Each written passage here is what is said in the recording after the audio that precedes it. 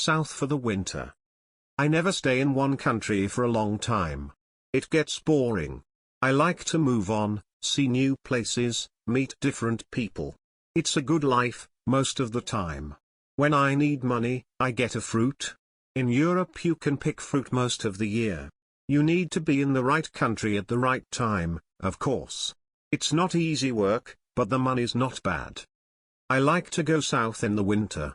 Life is easier in the sun, and northern Europe can get very cold in the winter. Last year, 1989 it was, I was in Venice for October. I did some work in a hotel for 3 weeks, then I began slowly to move south. I always go by train when I can. I like trains. You can walk about on a train, and you meet a lot of people. I left Venice and went on to Trieste. There I got a cheap ticket for the slow train to Sofia, in Bulgaria. This train goes all down through Yugoslavia, and takes a long time. A day and a half. But that didn't matter to me. The train left Trieste at 9 o'clock on a Thursday morning. There weren't many people on it at first, but at Zagreb more people got on. 2 girls went along the corridor, past my carriage. They looked through the door, but they didn't come in. Then an old woman came in, sat down and went to sleep. The 2 girls came back along the corridor and looked into the carriage again. The train left Zagreb and I looked out of the window for about 10 minutes, then I went to sleep too. When I opened my eyes again, the 2 girls were in the carriage. They looked friendly, so I said, "Hello." "Hi," they said. "You're American," I said. "Or Canadian, right?" "American," the taller girl said. She smiled. "And you're 23, your name's Tom Walsh, you've got blue eyes, and your mum lives in Burnham-on-Sea, UK. Right? How did you know all that?" I asked. The second girl laughed. She looked at your passport. "It's in your coat pocket." "Oh. Right."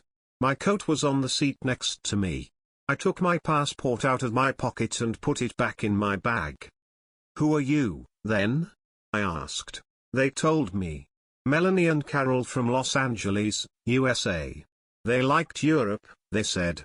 They knew a lot of places: Britain, Holland, Denmark, Germany, France, Spain, Italy, Yugoslavia, Bulgaria, Greece. "I'm going to Bulgaria now," I said. "Tour about a month. Then I'm going south for the winter, Cyprus, or perhaps North Africa." "Oh yes?" they said. "We love Bulgaria. Sofia's a great town. Wonderful." "What do you do about money?" I asked. "Well, you know," Carol smiled. "Sometimes we get a little job. This and that. But what about you?" "Yeah, come on," Melanie said. "Tell us about you, Tom Walsh with the blue eyes and the mum in Burnham-on-Sea. What are you doing with your life, hey?" So I told them. They were nice girls. They were older than me, perhaps 27 or 28, but I liked them. We talked and laughed for hours. I told them a lot of stories about my life. Some of the stories were true, some weren't. But the girls laughed, and said I was a great guy. I asked them about Bulgaria, because I didn't know the country. They knew Sofia well, they said. "Hey, Carol," Melanie said. "We are staying in Bela Palanka for a day or 2. But let's go over to Sofia this weekend and meet Tom there. We can meet him on Saturday night at the Hotel Marmara." "Yeah. It's a good hotel," Carol told me. "Cheap, but good. What do you think, Tom?" "Great," I said. "Let's do that." The train was very slow. We got to Belgrade at 6 o'clock in the evening, and a lot of people got off. There were only me and the girls in the carriage then. The guard came and looked at our tickets, and went away again. Carol looked at Melanie. "Hey, Mel," she said. "Why don't you and Tom go along to the restaurant? I'm not hungry, and I want to sleep for an hour." "Food's very expensive on the train," I said. "I haven't got much money just now. I'm going to get a job in Sofia." "Oh Tom," Melanie said. "Why didn't you tell us? Look, you're a nice guy, right? We're okay for money this week. We can buy you a meal. Of course we can, Carol said. And look, in Sofia, we can take you to the best restaurant in town. It's a great place. We love it. What could I say? I was hungry. They had money, I didn't. So Melanie and I went to the restaurant and had a meal. When we came back, Carol was still alone in the carriage. Melanie put her feet on the seat and went to sleep. At Nice some more people got on the train, and two old men came into our carriage. They looked at Melanie's feet on the seat, and talked in loud voices. Carol laughed, and Melanie opened her eyes and sat up. "Are we nearly there?" she asked Carol, and looked out of the window. "Yeah. About half an hour, I think." "Why are you getting off at Bella Palanca?" I asked. "What are you going to do there?" Melanie smiled. "Find a cheap hotel, meet people, take a look at the town. You know. Just for a day or two," Carol said. "But there's nothing there."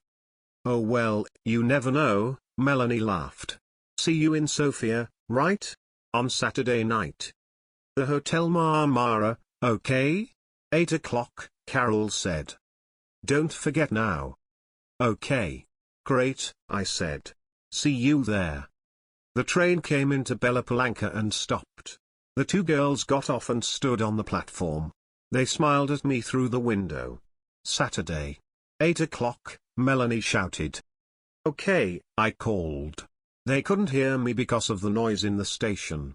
They smiled again, picked up their bags and walked away. Nice girls. I'm going to have a great time in Sofia, I thought. The train left Yugoslavia and crossed into Bulgaria at 2 o'clock in the morning. Then the train stopped at some village, I don't remember the name. I ate an apple and looked out of the window. Suddenly there were a lot of policemen on the train. Everybody in the carriage sat up and began to talk. "What's happening?" I said in Italian to the old man next to me. "I don't know," he said in bad Italian. "Perhaps they're looking for somebody. Look. The police are taking some people off th train." Then two policemen came into our carriage, a tall thin one and a short fat one. They looked at everybody carefully. And then they looked at me again. "Come with us, please," the fat policeman said in English. "What? Me?" I said. "Why? What's the matter?" "And bring your bag with you," the tall policeman said. I began to ask a question, but policemen never like questions from young men with long hair. So I stayed quiet, picked up my bag, and went with them. In the station building there were a lot more policemen, and some people from the train. They were all young people, I saw. Some were afraid, some were bored. The police looked in everybody's bags, and then the people went back to the train. My two policemen took me to a table.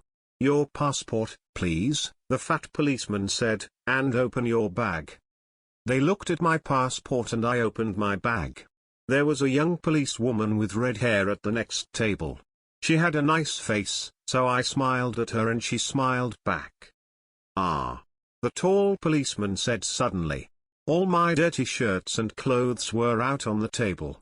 The policeman picked up my bag and turned it over. Onto the table, out of my bag, fell packet after packet of US American dollars. Nice, new dollars. $50 notes in big packets. A lot of money. My mouth opened, and stayed open. I couldn't find my voice. I was suddenly a very interesting person, and a lot of police ran up to our table and stood behind me. 50,000. 100,000. 150,000. "There's $200,000 here," the tall policeman said. "What an interesting bag, Mr. Tom Walsh." I found my voice again quickly. "But it's not my bag," I shouted. There was a big, happy smile on that policeman's face. "Well," he said, "it's got your name on it. Look." So I looked, and of course there was my name, and yes, of course, it was my bag. So how did $200,000 get into my bag? "You cannot bring US dollars into this country," the fat policeman said. He had very short gray hair and little black eyes. He didn't smile once. But I didn't bring them, I said quickly. They are not my dollars. I never saw them before in my life, and dash. There was a lot of noise in the station. I looked out of the window and saw my train. Slowly, it began to move. Hey!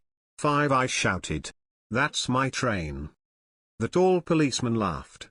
It was a great day for him. Oh no, he said.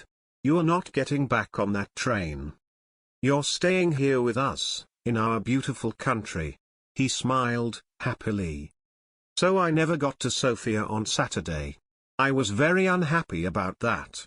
I wanted to have a little talk with Melanie and Carol, ask them 1 or 2 questions, you know. You're a nice guy, Tom. See you in Sofia, okay? Take you to the best restaurant in town. Yeah. Great. And I never got down to Cyprus or North Africa that winter. Oh well, I live and learn. It's not an easy life, in prison. But it's warm in winter, and the food's not bad. And I'm meeting some interesting people. There's a man from Georgia, USSR Boris, his name is. He comes from a place by the Black Sea. He's a great guy. When we get out of here, he and I are going down to Australia. Brisbane perhaps, or Sydney. Get a job on a ship, start a new life. Yeah, next year's going to be okay. The end.